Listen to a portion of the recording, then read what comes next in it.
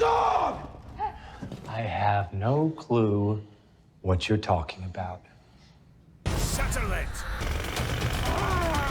Settle it with a duel. These silly commercials flooded the internet with news of Supercell's newly released mobile game. Designed using the same aesthetic and recognizable characters from their most successful game, Clash of Clans, you would have been forgiven for thinking that this was just some limited time gimmick mode. But Clash Royale was anything but a one-time event, as before the game even turned a year old, it had netted over $1 billion in profit, and to this day remains one of the biggest mobile games ever, right alongside Supercell's other juggernauts. I myself have played the other Supercell games, such as Brawl Stars, and while they are all quite good in their own regard, there is something special about Clash Royale that keeps bringing me back to the game time and time again. Anytime I get burned out on the game, it only takes a couple months for the itch to form, which can only be scratched by the heart-pounding thrill of winning by the skin of my teeth, followed by emote spamming after I had them muted the entire time. Clash Royale has gone through so many different phases and updates that if you were to stop playing for just a few months before picking it back up, it's pretty much a guarantee that at least one massive change has occurred.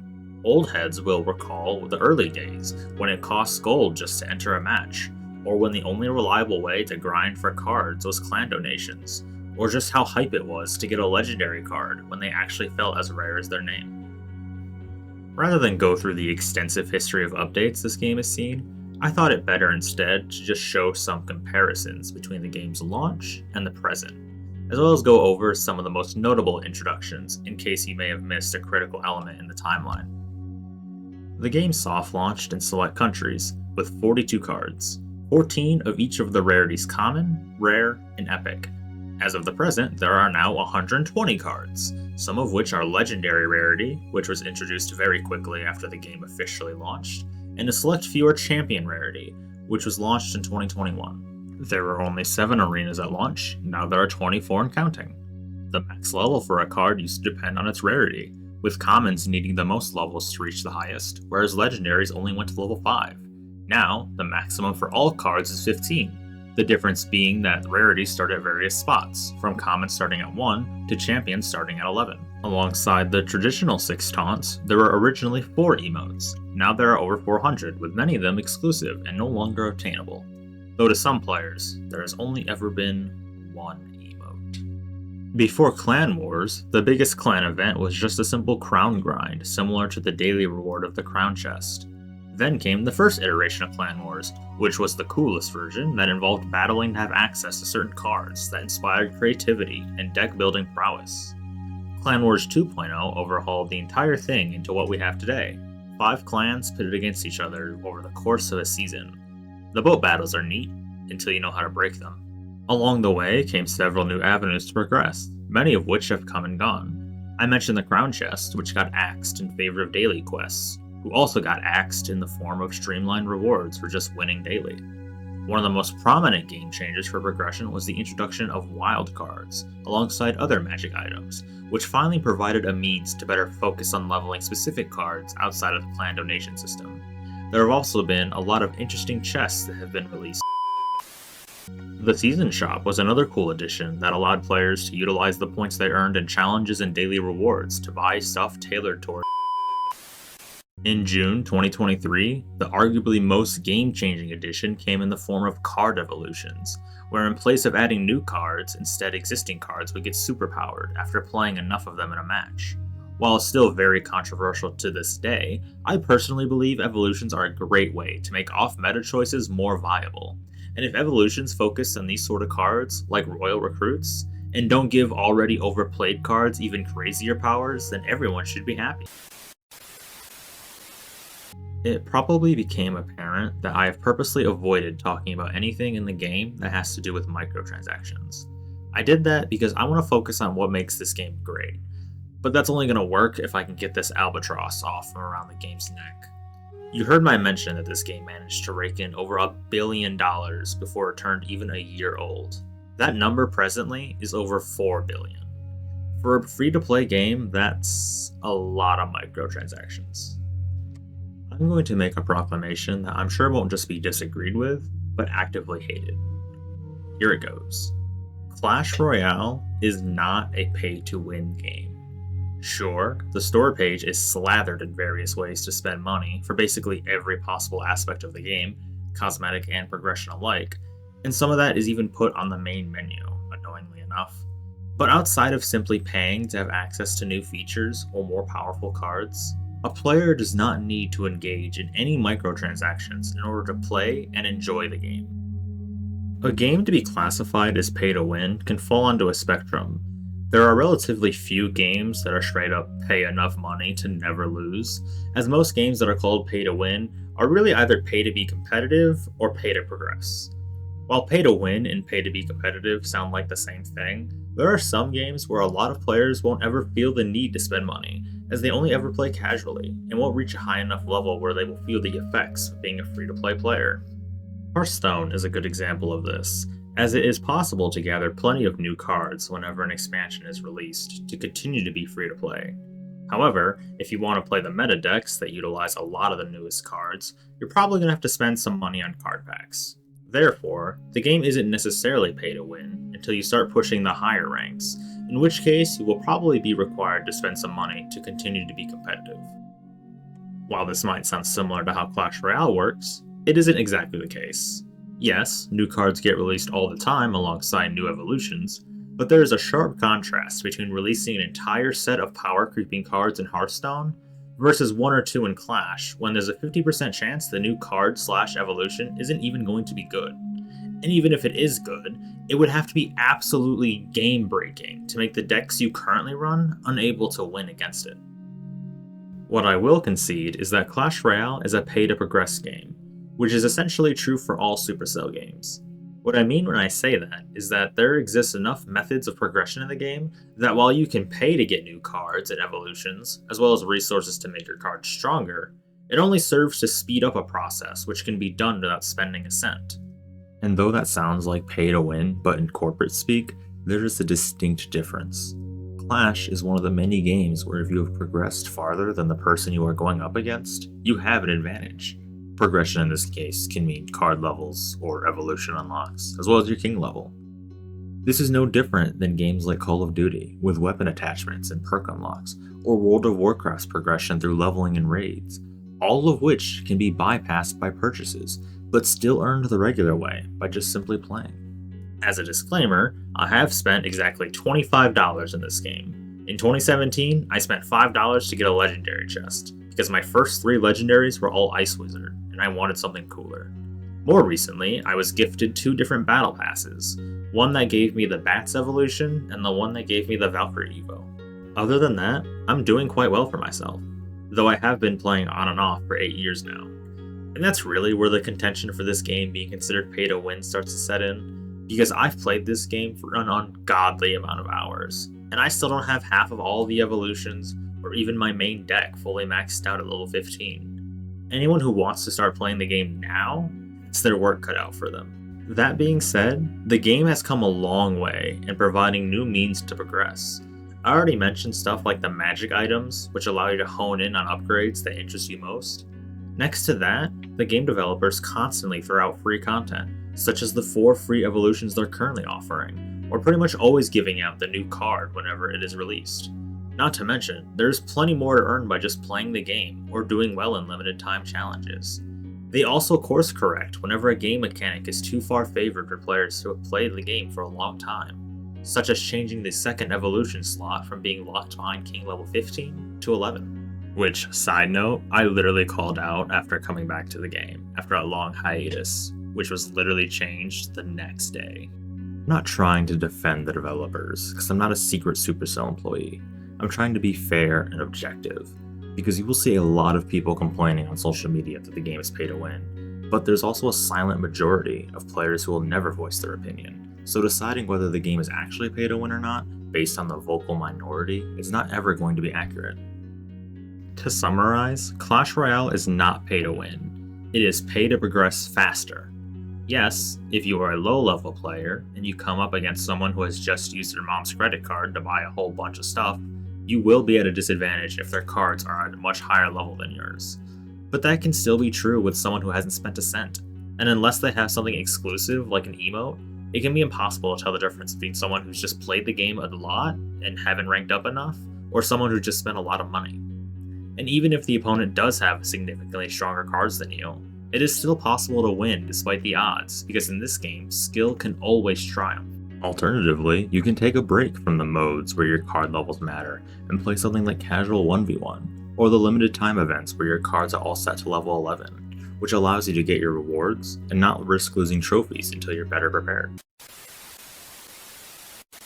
What really stands out to me in regards to the game's design is how simple the game is, or at least how it starts out. The objective could not be clearer. Have more towers than your opponent when the timer expires. You generate elixir slowly, but surely, so the only way to get an edge is to use your elixir better than your opponent. The troops you start the game with reflect this simplicity. This guy can take a lot of hits and only targets buildings. These ones are fragile, but can produce good damage at a range. This spell is good for clearing a swarm of enemies, while this one is better to deal big damage. As a player climbs Trophy Road, they get exposed to more interesting and diverse cards, such as buildings and spells that can spawn troops on your opponent's side. But no matter how unique the cards you play become, the objective always remains the same. Diving deeper into the cards you play with, Clash Royale does a really good job at creating new content that feels like its own thing, without ever straight up power creeping existing cards. It's a testament to peak game design when a new mechanic gets introduced and it always feels like it fits.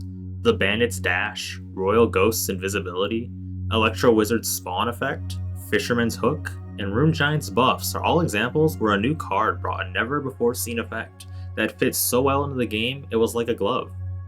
And some of these would be replicated into other cards, sometimes even being mixed and matched, like the Mega Knight having a spawn effect plus a dash-like move. When they do reuse mechanics like this, it's never a straight-up copy.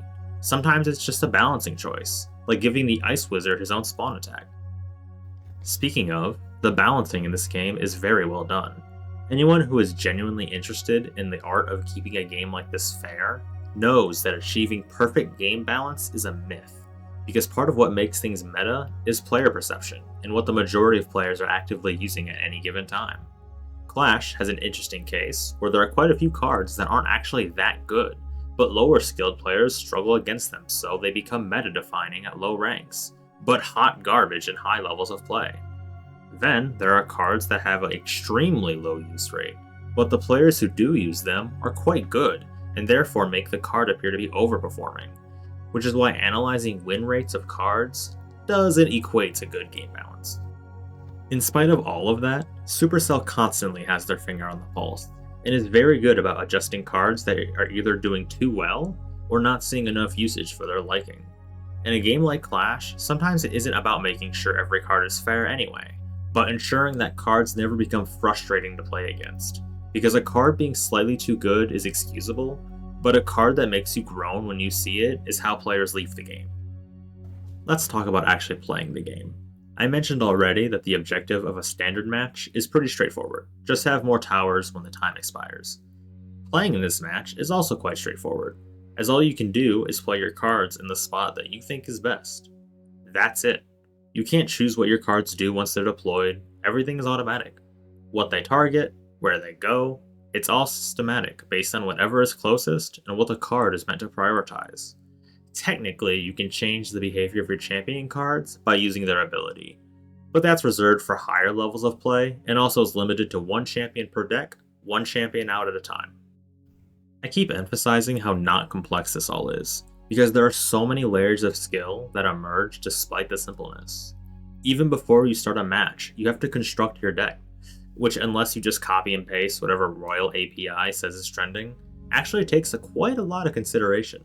Setting up a deck that can weather any storm, while also having a win condition that isn't easily prevented, can be a real process that includes trial and error in order to figure out what weaknesses the deck has, and then deciding whether there is a workaround or if it is time to go back to the drawing board.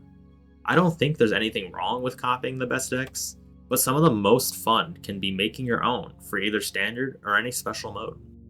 When the match actually begins, timing and placement is everything.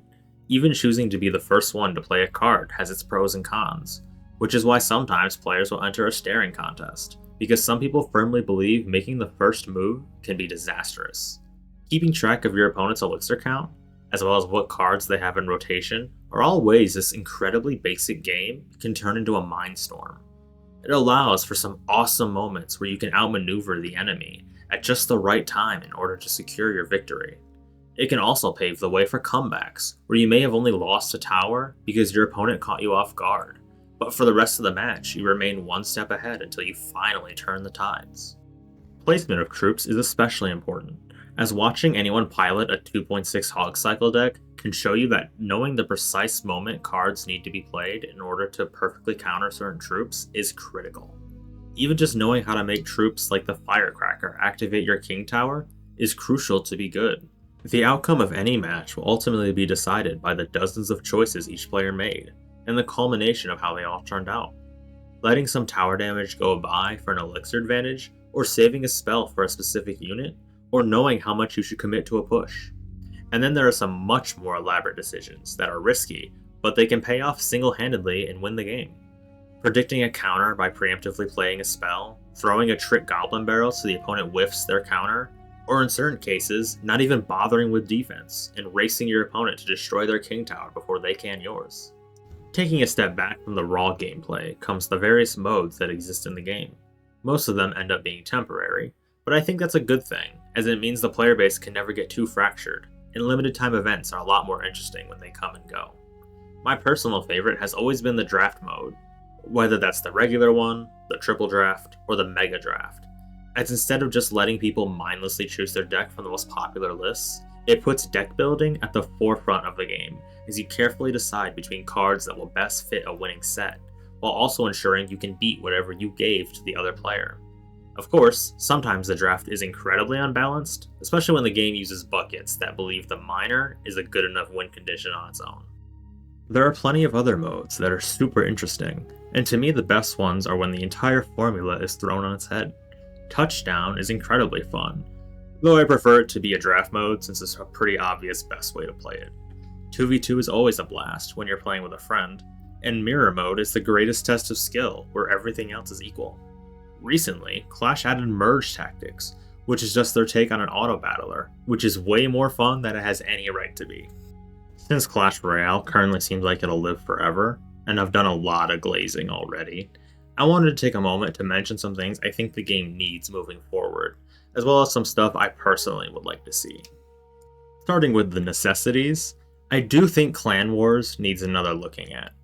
I don't know what I would want from a Clan Wars 3.0, but being pitted against the same 4 clans for an entire season is a lot cooler in theory than in practice. Many times, only 1 or 2 of the other clans will actually be active, and while a free win for several weeks is fun the first time, it takes a lot of the excitement out of what is supposed to be this huge thing. Boat battles are also kinda meh. I like having a PvE mode, but they're incredibly basic and also only serve as a tiebreaker for close river races. Besides, you get less score for doing them, so the real meta is to hope that the other clans are dumb enough to waste time tearing their boats apart while leaving yours alone so you can play the duels. I'm not an expert, or at least I don't try to be, so someone else can let me know if this is a bad take. I always liked Clan Wars 1.0 better, so maybe my opinion shouldn't be considered in this case. Another area of the game I have eagerly been waiting to be finished is the masteries for cards. I think mastery is a super neat concept, but the fact that there are so many cards which have had coming soon in place of their third mastery tier is annoying. And while I'm sure they want to finish it, it's probably been put on the back burner. Still, I hope they finish these soon, because I really enjoy trying out new cards in select modes to push for the mastery and their respective rewards. A minor complaint I have is that matchmaking for modes outside Trophy Road and competitive makes no sense. Like in Clan Wars or the weekly challenge, I will always be put against opponents who are in the top ranks of the game, when I myself have never gotten that high. And while I'm flattered the game thinks I have that much skill, I don't see why after getting bodied by the next world champion time and time again, the game doesn't take the foot off the gas for a bit. I don't know, maybe the game is just telling me I have what it takes to go pro, but this is just a personal complaint, not something the game actually needs to necessarily fix. The only other big thing I think Clash needs is more player versus environment content. I mentioned the boat battles already, and I think if they expanded on that, there could be a lot of room for growth. Imagine a boss battle, or 2v2 except it's you and a buddy versus an onslaught of different masses of troops, and you have to use your best strategies to overcome what the game throws at you.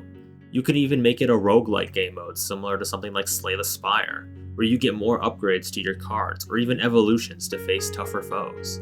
Something that would allow you to engage in the very crisp Clash Royale mechanics while not having the stress of playing against a real person. And no, the training camps don't count. As for what I personally want that I don't think the game necessarily needs, I think it would be cool for more clan stuff to be added. I don't mean the clan war stuff I already mentioned, but rather small events, like maybe bringing back the classic clan chess that clans could work together to try and achieve. There was even a time when the clan chess was only 2v2, so something like that where your clan as a whole needs to win a certain amount of battles in a certain game mode could also be neat. Just something that is a collective effort that doesn't rely on going up against another clan. Card customization could be expanded upon greatly.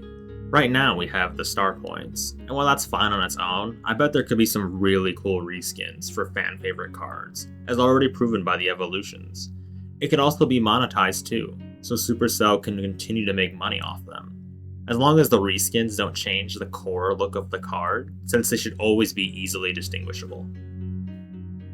Finally, it wouldn't be a video about Clash Royale if I didn't share my idea for a new card. I've had this idea ever since the Lumberjack came out. It would be a Yeti that carries a bottle of freeze, and just like the Lumberjack, he would drop the freeze on death. I would make him slow and tanky, and only target buildings. And if the numbers were right for his health and damage, I think he could be a 6 elixir card. Maybe that's an awful idea, but I've always thought it would be very neat. That's all I have to say about Clash Royale. Is it the greatest mobile game of all time? Maybe, but that's certainly a matter of opinion, and I'm just one dude. Supercell knows how to make a good mobile game, that's for sure. And while the accusations of being pay to win are unfair, these games are certainly pay to progress, which I personally believe is a fair compromise. And at least you can buy exactly what you want, instead of only being allowed to play a casino of loot boxes to maybe get the thing you're looking for. I would love to know your thoughts though. Did I overglaze a dead game? Was Clan Wars 1.0 really that bad, and I'm just remembering it way too fondly? Or did I hit every nail on the head because I'm just that smart? Thanks for watching. Do the things YouTubers tell you to do. See ya!